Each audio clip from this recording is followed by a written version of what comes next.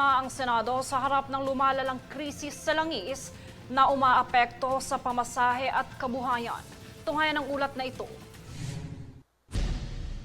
Sa kamakailang pagdinig sa Senado, binigyan diin ang epekto ng oil price hike sa mga tsuper at commuter. Ayon pa sa ilang senador, kulang pa ang kasalukuyang tulong tulad ng fuel subsidy. Iminumungkahi ang mas malawak na suporta para sa transport sector, kabilang ang dagdag ayuda at mas mabilis na distribusyon nito. Kasabay nito, umuusad din ang panukala para sa mas maayos na contingency plan ng bansa sa gitna ng global crisis. Inaprubahan ng Senado ang resolusyon para bumuo ng special body na tututok sa paghahanda at pagtugon ng krisis. Layunin nitong pag-ugnayin ang national agencies, lokal na pamahalaan at pribadong sektor. Ayon pa sa mga mambabatas, mahalaga ang maagang aksyon upang maiwasan ang mas matinding epekto sa ekonomiya. Binigyang pansin din ang posibleng pagtaas ng presyo ng bilihin at kakulangan sa supply ng langis. Sa kasalukuyan, inaasahang magpapatuloy ang mga pagdinig at konsultasyon para makabuo ng konkretong solusyon sa krisis. Jade Buhoy, nag-uulat para sa Golden Nation Network. Tinalakay naman sa Subcommittee on Penal Laws ng Kamara ang ilang panukalang batas na naglalayong baguhin at i-update ang revised penal code ng bansa. Kabilang sa mga panukala, ang pagsasama-sama ng mga umiiral na batas penal upang maging iisang malinaw at sistematikong legal na framework. Layunin din ng panukala na iayon ang mga parusa at probisyon sa kasalukuyang pangangailangan ng lipunan at pandaigdigang pamantayan. Pinag-aaralan din ang posibilidad ng pagpapahaba ng ilang parusa upang mas mapalakas ang pagpapatupad ng batas. Ayon sa mga mambabatas, mahalaga ang modernisasyon ng penal code upang mas maging epektibo ang hustisya sa bansa.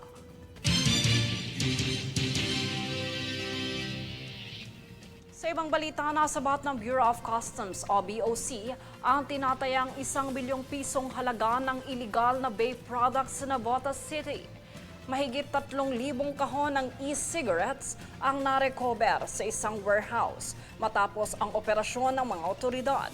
Ayon sa BOC, ang mga produkto ay walang kaukulang permit at hindi rehistrado na lumalabag sa umiiral na batas. Babala ng ahensya, ang mga ganitong produkto ay maaaring magdulot ng panganib sa kalusugan ng publiko.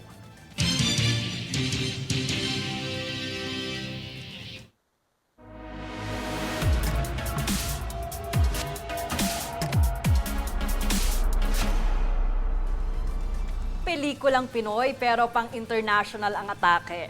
Yan ang ating aabangan sa pelikulang Paternoster na pinagbibidahan ni Aaron Villaflor at Archie Adamos.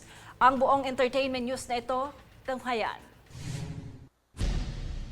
Isang araw na lang at ipapalabas na ang pelikulang Paternoster na pinagbibidahan ng aktor na si Aaron Villaflor at batikan na si Archie Adamos. It's an absence of fatherly guidance.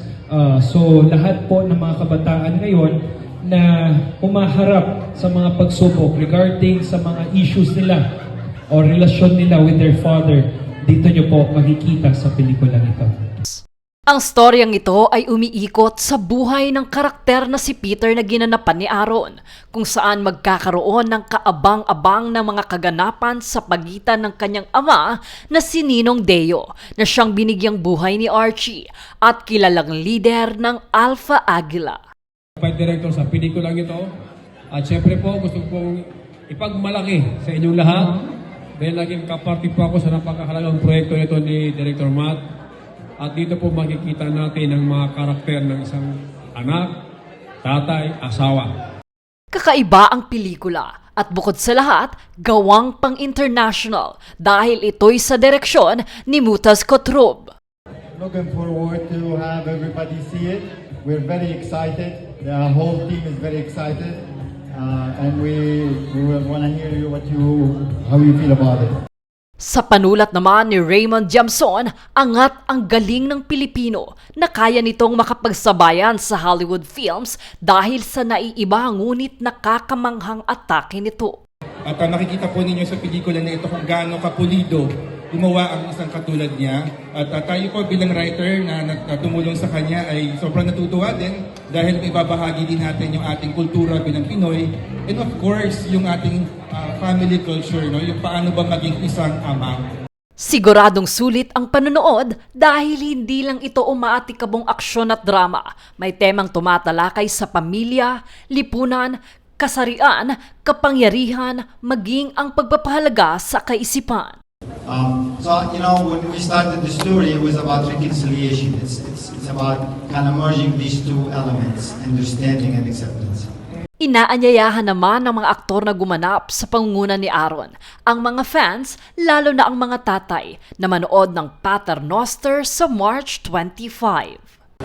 Yan, ako po si Peter. Muli, iniimbitahan ko po kayo panoorin ang Paternoster. Itong darating na March 25. Directed by, of course, Mutas Costro. And again, para sa lahat po ng mga young leaders today, nowadays, no? It will give you answers from all the conflicts between your father and the son. So, enjoy nyo itong pelikula and I'm pretty sure na magkakaroon kayo ng interest, especially those four personas na I'm portraying for this film. Kaya maraming salamat po at ito po ang pelikula para sa inyo. Jade Buhoy, nag-uulat para sa Golden Nation Network. Manatiling nakatutok para sa higit pang mga balita sa pagbabalik ng News Force.